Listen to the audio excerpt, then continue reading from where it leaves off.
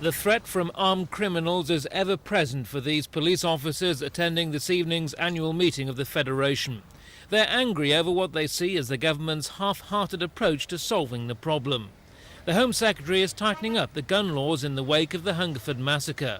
But the Federation say there should be more control over shotguns.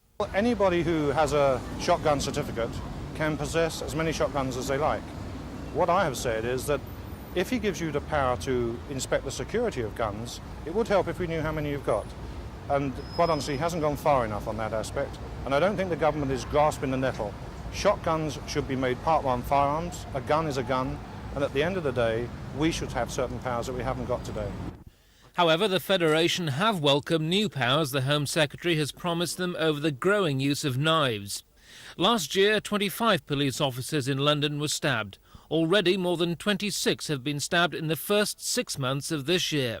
Now police will have the power to stop and search people on suspicion of carrying a knife. What we're proposing to do, and it's a big change, is to say that someone who's found carrying a knife in a public place should be asked to give a reason why, a good reason why. And that's because one of the things that's become more serious for the police and for the citizen in the streets of London and other cities has been the increasing growing carrying of knives.